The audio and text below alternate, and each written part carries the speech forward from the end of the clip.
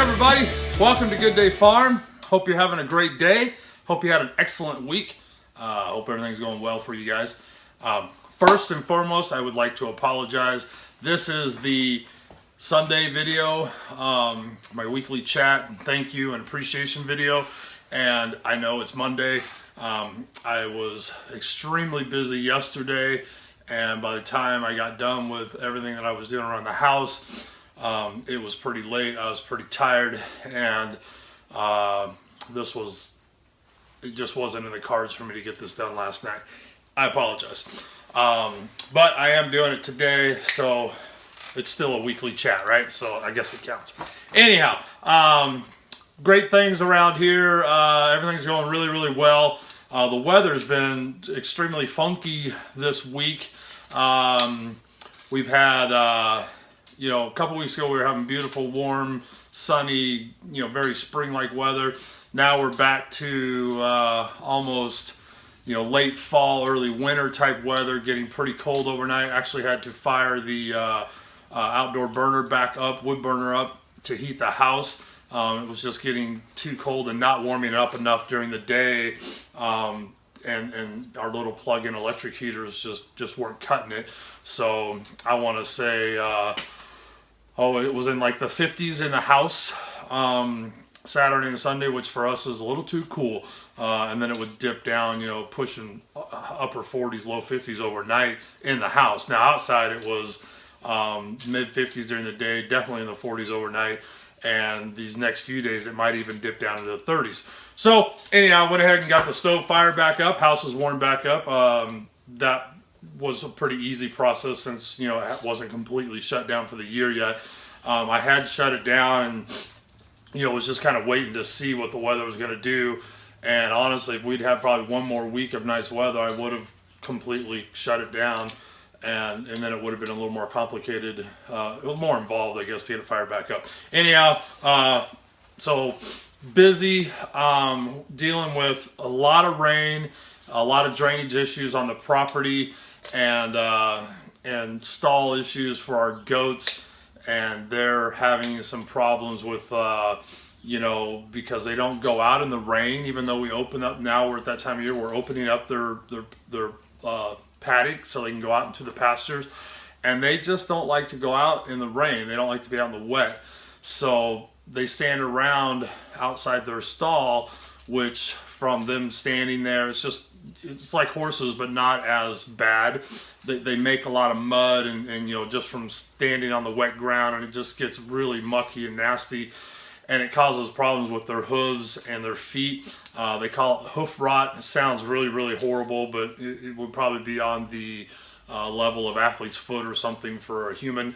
It's not, it's not anything that would, I don't know of anyhow that would be fatal to them, but it could cause them to go lame if you never tended to it. So anyhow, we have one goat I think that might be dealing with that. We treated it, and we'll have to keep an eye on him for a few days to see how that goes. The fur and stuff gets real scaly looking.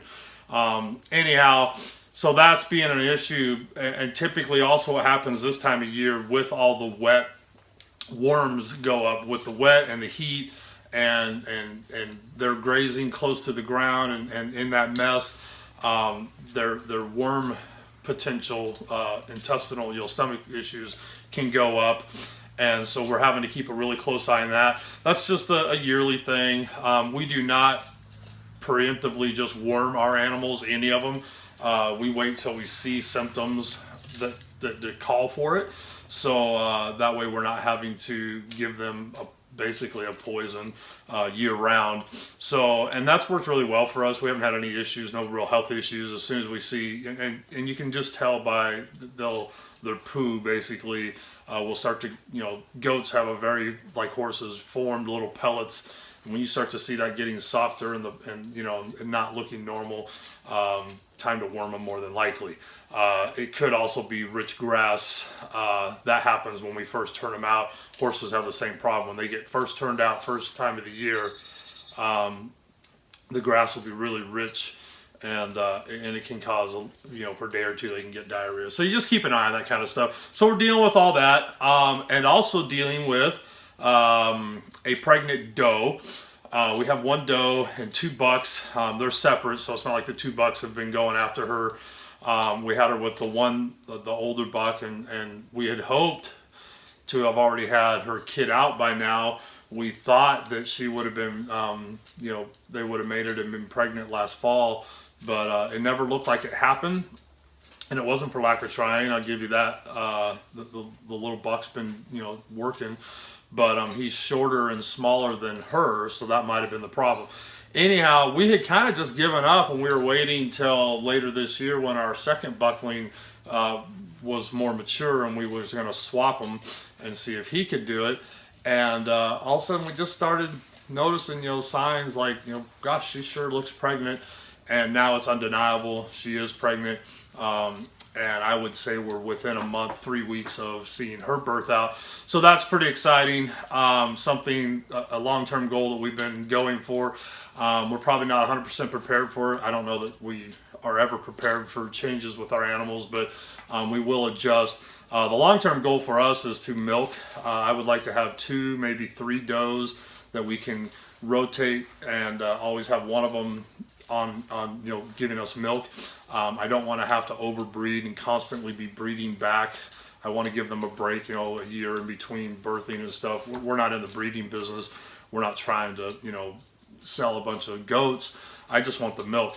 So milk to drink, make cheese, butter, and I might even, depending on how much we have, work some into my soaps.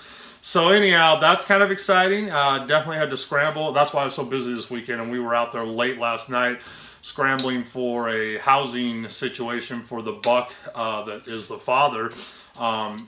We need to pull him away from her. He's a little ornery, and we don't want to have any issues with him headbutting her or the young babies when they're born. So we're going to go ahead and separate them now. There's no reason for them to be in there anymore. Obviously, the mating worked. They don't need to be in there together year round. So we've got him separated now, and that's, it's weird. It's almost like weaning. They get, kind of tied. They can see each other. There's a fence between them. The whole herd can see each other at all times, but they still cry and throw a fit when they're not together after they've been used to being together for a while. So we had to listen to some of that last night. I guess it depends. It can kind of tug at your heart a little bit, make you sad, to hear them out there squealing away. But it's just part of the process, and we'll go through that when we wean, the kids off the mother, off the doe. I went with this I used to raise cows years ago. I had the same problem. So it's just part of nature. Anyhow, before I get rambling on too much here, because that kept me really busy last night, all weekend actually, and trying to work in between the rain. We're having a lot of thunderstorms, drizzle, and then massive, heavy rain, then drizzle, heavy rain.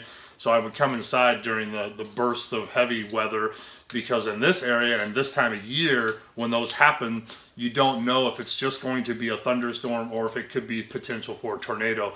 And it was 2 years ago this month, April, that we had some pretty bad tornadoes within probably 5 miles of the house, wiped out a whole housing development. Small, but very strong. I think it was an F4 wind category, and it destroyed several homes. I don't think anybody died, but it displaced a lot of people, destroyed one farm. That was just a few miles from the house. So we're in an area where that can happen. And so rather than gamble with that, being outside and get caught, even just severe thunderstorms, if you're working with lumber and stuff, can really, chuck a piece of plywood or even a 2x4. So I come inside. So in and out all day. So that said, I also would like to, the community is doing really good. A bunch of new subscribers this week, so welcome all of you. If hopefully you're watching this video, this is, if you're new to the channel, it's something I do every week, and I try and keep it short, around 10 or 15 minutes. Sometimes they go a little longer, around 20. This one's already into 10, so we're getting there. But anyhow, thank you for being here. Thank you for watching the channel. Thank you for interacting. Comments, questions, things like that. I really appreciate that. I really enjoy that. I look forward to seeing that kind of stuff in the videos. Did a couple of videos this week on kind of the farm stuff, and like I said once before, trying to shy away from just being a chainsaw channel. even though that's a lot of what I do. And I still have several videos coming on sharpening and stuff for chains. There's so many techniques and methods to do, and I love sharing all of my knowledge with the different techniques with people that want to see it. And you know, you can pick and choose which works best for you. You can tell me what works good for you, and I've tried some new things based off of input from people, and so that'll probably never end. That's going to be an ongoing thing. But definitely this time of year, you know, getting more into the farm stuff, or hobby farm, I should say. We're not a farm, you know, per se. So goats, excitement. Anyhow, so thank you very much for being here. I really do appreciate it. It's kind of exciting to see the community grow, and it's really exciting to see you guys interact with each other, with me. It's just really neat. So I do appreciate that. And I realize, you know, that you're taking time out of your day to watch one of my videos, and that means more than, I can't even convey how much that means to me. That's very significant to me. It means a lot. So that said, just keep doing what you guys are doing. Whatever we have going here seems to be working to some degree, because the channel's growing, the watch times are growing, excuse me, video views, everything's just growing. I mean, we have little dips, ups and downs, but overall, for the average of the life of the channel, things are continually going upward. And you know, I just started doing this not that long ago, probably what, 6, I guess we're 7 months now, maybe end of October, early November. So doing really well, and it's because of you guys. I really appreciate your support, and by support I mean just watching the videos, hitting the thumbs up if you like it, commenting, sharing videos, things like that. The commenting, the interaction is a really big deal. And that's what really, you know, helps the channel. So I appreciate that. Thank you, you guys. I sincerely mean that. So thank you. Anyhow, now, so goats, lots of excitement there. Chickens are doing really well. I can't even keep track of how old they are now, but they're getting big. And I did not get I'm trying to build a bigger brood box for them, and I just did not have time this weekend dealing with the goats and the rain and the water. So they're fine how they are, but they're definitely filling up the brood box. They're getting big. It's amazing how fast those things can grow. They're not big enough to go outside yet, or not for our standards anyhow. And I'm glad that we aren't with them outside, because of now we're having this dip in temperature. It would be really hard on them, if not fatal. So they're staying inside. They're staying where they've got access to a heat lamp, and inside, out of the wind and the wet, the things that really can shock the poultry, especially young poultry. But they're getting their feathers, and maybe I'll shoot a video later this week or something, just to give you guys an idea how, you know, a little quick 1 minute thing, just see how they're looking. They're starting to get their markings, which is really cool. So you can start to identify the different breeds now, where before, you know, I mean, 1 or 2 of them you could tell because of their colorings, but for the most part, they all look the same. So that's kind of exciting. And that'll be a lot of fun when that goes. The growing seeds, starting seeds in the house, in the basement. If anybody watched those videos where I did the soil blockers and planted seeds in them, the soil blocker, the little homemade blocker, worked great. And so we'll continue doing that. But our seeds did not start, and I haven't done a follow-up video to that yet. I plan to, and I think it's because. So my basement's sort of heated. It's heated based off of my radiator system in the house. So what happened was, as it warmed up outside, we turned everything off, and the upstairs stayed warm because of sunlight and all that coming through the windows, and we had no issues. But the basement dropped in temperature, and it was probably in the 50s down there, which I don't know enough about seeds. I don't know if that isn't enough to get them germinated, if it wasn't warm enough, if it needs to be up in the 60s or what. But for whatever reason, we did a test run, just a sample of a dozen or so seedlings, and none of them have germinated, and it's been well over 2 weeks. So we'll continue to try that, especially as the weather warms up, but it's going to, if you guys got ideas, it's going to give us something to have to think about for next year. So as much as we want to do them inside, and we built the light station and all that, but it looks like we may need some sort of heat, auxiliary heat on them also, because the basement's just too cool that time of year. because we're in between running our heat and not running our heat, if that makes any sense. Anyhow, so I would say it's not 100% failure on those.